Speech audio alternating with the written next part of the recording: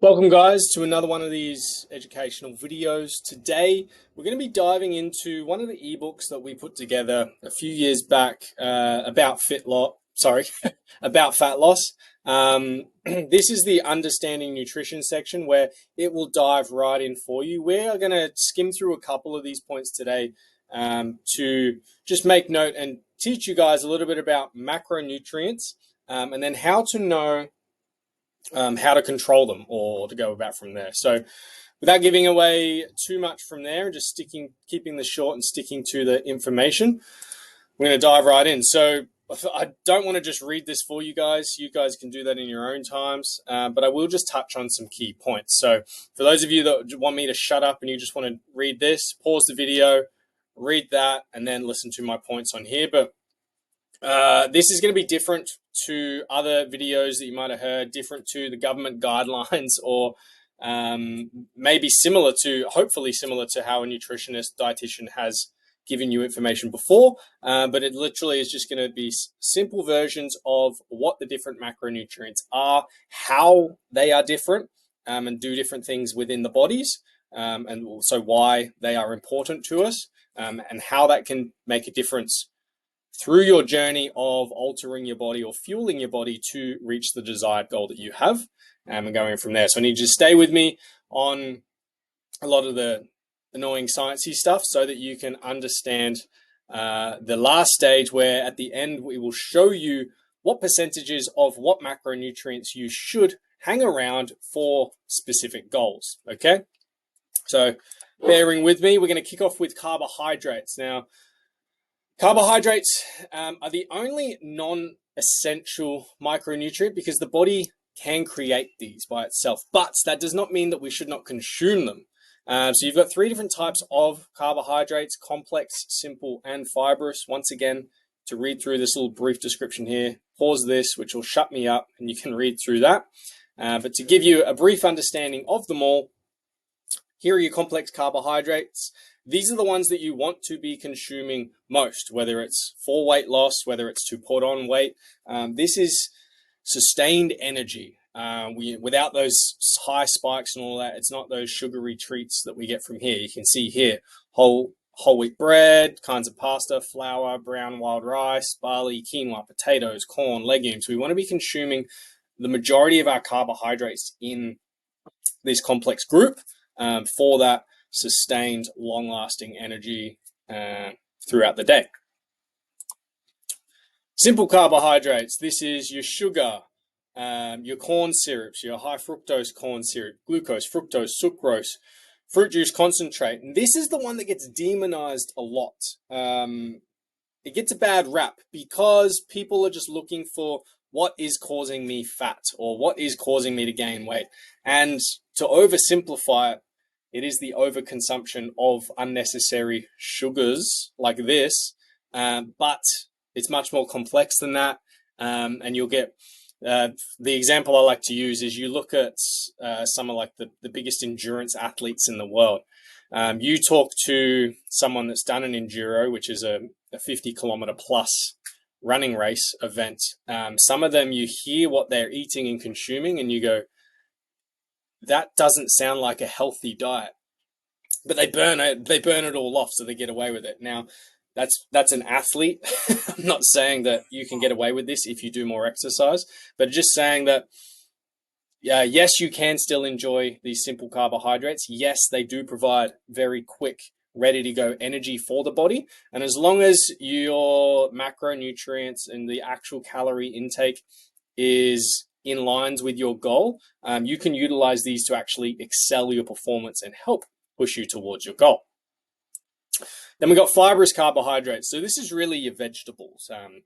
Fiber is basically a insoluble carbohydrate. The body can't digest it, so it all clumps together and aids your digestion. So you should definitely be consuming a lot of fiber, not too much fiber, because you can overdo it, especially if you, like, we've met clients over the years that have not had a vegetable in like a decade. Baffles me, but you can, and then I've watched them go, that's it, vegetables, and then their body isn't used to that amount of fiber, and it can cause digestive issues that way. So definitely follow with a professional. Don't just go, that's it, and introduce this into your nutrition if you were an example of what I just said and you've been fiberless for so long. But fiber is a very, very important part of any nutrition plan to aid in all the digestion, plus the amounts of vitamins, minerals, and extra benefits that the foods that contain fiber have are going to just help you hit those vitamin and mineral goals much easier than, say, if you're taking a fiber supplement. Like I get some people, I've had clients over the years that, constipation is something that a symptom of a fiberless diet will have, and they'll just go and have some prune juice and go, oh, this deals with my constipation.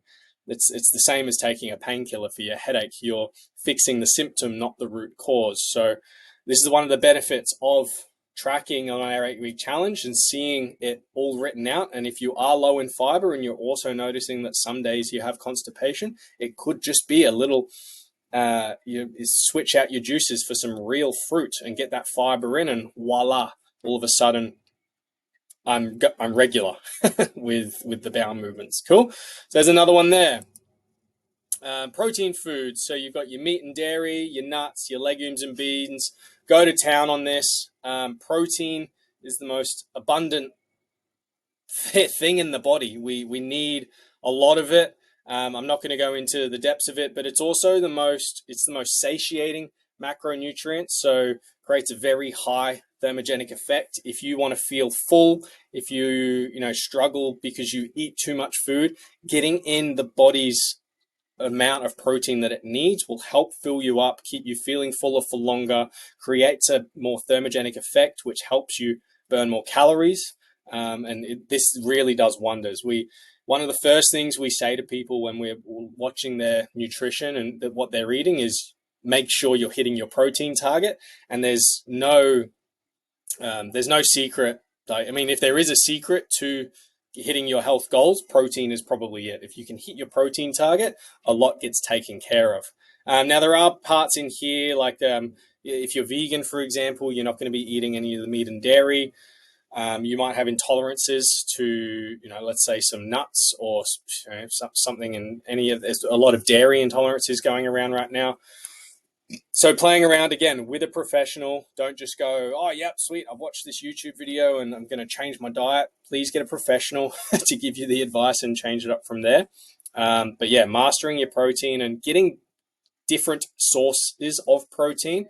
Like we definitely would recommend you're getting protein from meat and dairy. You're getting protein from nuts. You're getting protein from legumes and beans because they have different strains of protein. The amino acid strains in them in red meat is called a complete protein, which you don't actually get in any nuts and legumes, which is why the argument of red meat's the best. But that's not to say that vegans can't create a full, complete protein profile eating vegetables, nuts, legumes, beans, the works from there. So definitely work with a professional on that, but this gives you a better understanding of the protein. So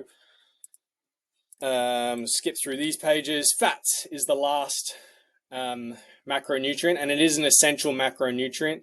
No, because it's called fat, it does not make you fat. In saying that, it is the most energy dense of the macronutrients. So if you paused the protein one before, you would have saw that it said 4 calories per gram of protein. Fats actually contain 9 calories per gram of fat. So they're very energy dense. They also don't break down the same way that proteins and carbohydrates do. They break down differently in the body. You would have heard about like the ketogenic diet and utilizing ketones. That's the energy that comes out of the fat products that we eat, being used by the body, and the body being depleted of glucose, which is what comes from carbohydrates and protein when it's broken down further again from there.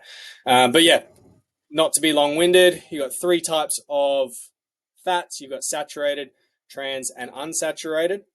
And there's 2 types in the unsaturated one, which we're going to go into briefly next. So your saturated fats are important. The body actually requires them, but only a little bit. And to go into from here, so we get saturated fats in alcohol, As you can probably tell, that's probably one of the better options for receiving saturated fats. In meats, so the animal fat, there's obviously that is saturated fat. There are saturated fats that contain vitamins, minerals, some important things that the body can use and utilize. Dairies, so like your hard cheeses, things like that, they're saturated fats, and your other dairy product being the liquid form, milk, yogurts, things like that as well. Saturated fats. Cool. And there are more. Again, you can pause that, get a little bit of information from there. I'm not going to read it out.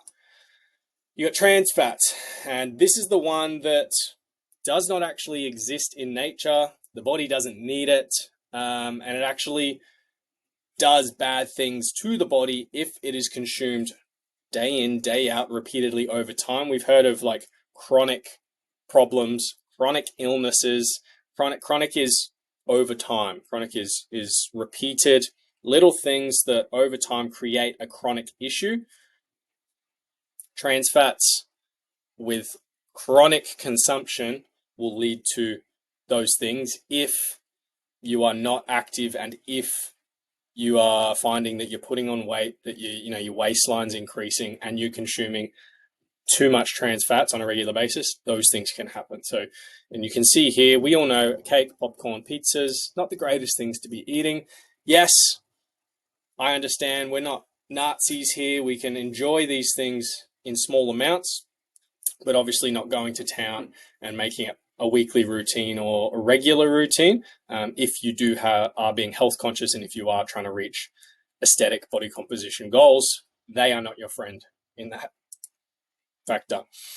The type of fats that you do want to load up on are unsaturated fats, more specifically monounsaturated and polyunsaturated. And you can see a couple of examples here, and just by reading that list and thinking about the foods, you can understand why these are the important ones. Now, you can overdo these. So please, you'll see when you start tracking on Chronometer, that it's very easy to overdo fats. In fact, out of everyone that we've had run through the 8-week challenge, this is the main one that we're like, don't go over your fat goal. You went over your fat goal again as well. So it's important to hit these for the cognitive benefits, for specific processes to happen in the body. But if we're overdoing it, I can change it from there. Monounsaturated, polyunsaturated are very big words. This, you might have heard like omega-3s and 6s being thrown around there more. That's these types of fats. So we want to really consume as much of this as we can, get our daily needs from these sources of fats, and focus the diet around that. Okay. I'm going to skip through these ones. Boom. That was what I wanted to show you. Wave if you're on camera. Oh, shit. This page here, so I promised it at the end of here. This is our rule number 2, which you see in the About Fat Loss Diet, the ebook, saying never diet. So we don't believe and we don't condone that anyone should ever diet. Whatever you're eating is fueling your body for whatever your goal is or what you want to get it to do. So food is energy, and energy should be used. And right here, we've got, you can pause this and see, so TDEE is total daily energy expenditure. As I said, you can purchase this ebook and you can read through the entire thing and get a great understanding of this, but it's basically what your body requires in a day. Now, these macronutrient breakdowns, this is the issue with like the if it fits your macros diet. It doesn't quite work like that because it doesn't take into account percentages of macronutrients. Now, many things go into factor with this, gender, age, sex. No, that's gender. Training level, intensity level, things like that will change what a professional will recommend. And I highly recommend you don't just see this and go, weight loss, that's what I got to do. Maintenance, that's what I got to do. This is just guideline things in here to help just give you a little bit more knowledge than the average person, so that you can get an idea and sort of relate symptoms to what's going on. But essentially, these are the ranges that a professional will recommend to you with whatever your goal is. So if you're in a weight loss goal, it will be a higher protein diet to try and satiate you, and then over a total daily, weekly span, be eating less quantity of food because the protein is right up there. Carbs and fats will be on that lower end. Fats won't drop too far. You don't want to cut fats out completely because, like I said before, fat and protein are essential macronutrients. The body needs them to survive. Carbohydrate, we can play around with a little bit, and this is where you manipulate carbohydrate to help you advance towards your goal.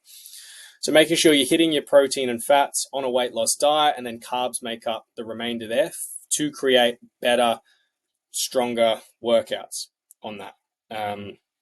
Maintenance, you can sort of give the protein a rest a little bit. Obviously, your training volume isn't going to be as high, so there may not be as much that we need to recover from, so we can dim that protein down a little bit. We want the carbs to be there so that we're feeling good, witty, we're fueled for just daily activity, and then we're still getting the essential amount of, poly and monounsaturated fats there to fuel our brain and body and get what it needs.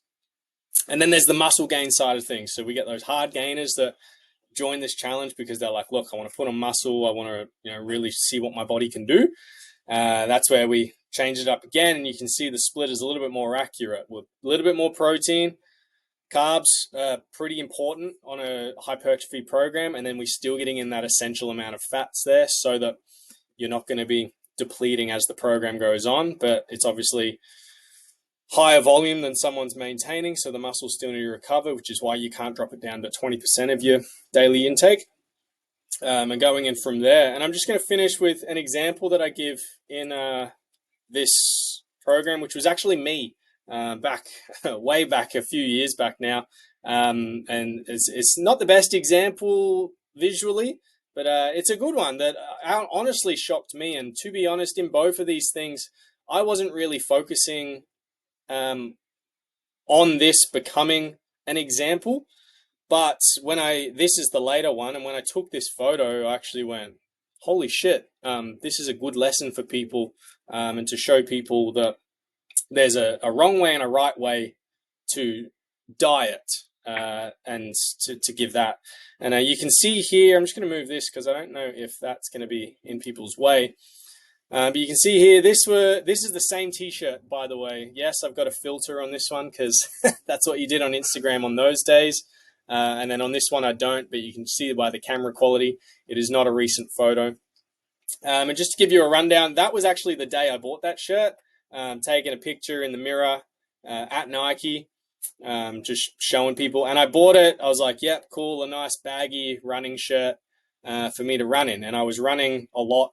In those times, I was actually trying to increase my running times and just get better at that. I'd actually just recovered from being paralyzed waist down and was really living up the fact that I could run, walk, move again, and just loving that. And on the side of that, I was running an online business, and I was doing all I could to, capitalize on my time and make the most of it. And I was actually on this sleep cycle called 4 and 4, where I would go to bed at midnight. I would wake up at midnight and I would work from midnight to 4 a.m. Sorry. I would go to bed at midnight and I would wake up at 4 a.m. and I would work, and then up until lunchtime. And then I would go to bed at noon and I would wake up at 4 p.m.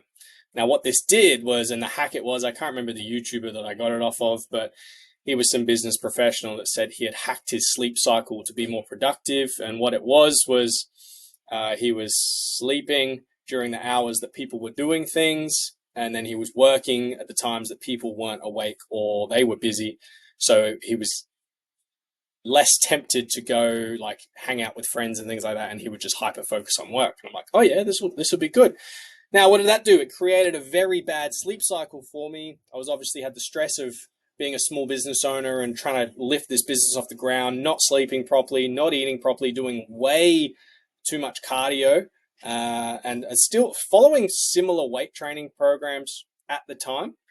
But you can see here, 74 kilos, and I was 13.6% body fat based on skin caliper testing of the 7 points that I was doing at the time. This is 2.5, maybe 3 years after. Business way more successful. I was prioritizing sleep, so that didn't take long before I realized that I was just dropping weight, and it was just stress and lack of sleep, and not really a focus on fueling my body with the nutrition it needed. This one, obviously, way more of a hyper focus on nutrition. Business I could relax on a little bit more. I didn't need to do the insane hours and the late nights that I was doing.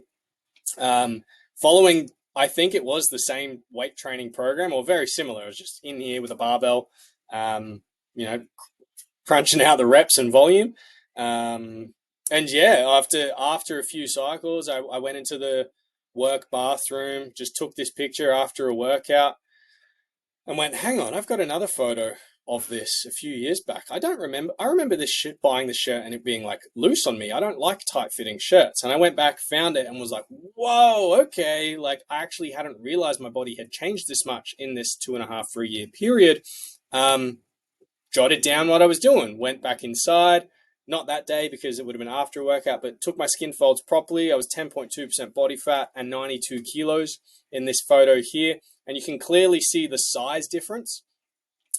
And to be honest, following the same weight training program, minus the every morning cardio and actually sleeping 8 to 10 hours a night and not being as stressed in my lifestyle, and I just packed on the weight at a leaner body, at a less of a body fat percentage, way more body weight on me, but you can see here that it's muscle.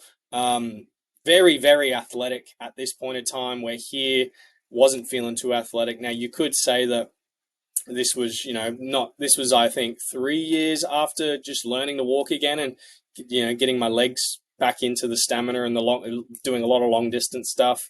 This was after a lot of hypertrophy and cutting out on the cardio. But that's an example of, from the macros bit that you learned before, manipulating the percentages that we just spoke about before, and what just chipping away with time and just doing the right things consistently and the differences it can make in your body. So I do give a little bit more and go a bit more in depth into the example in the ebook, which I encourage you guys to purchase and learn about. But that's my personal example and how nutrition, stress, and sleep play huge with consistent practice or consistently staying at food and exercise, and the changes it can make in your body over time.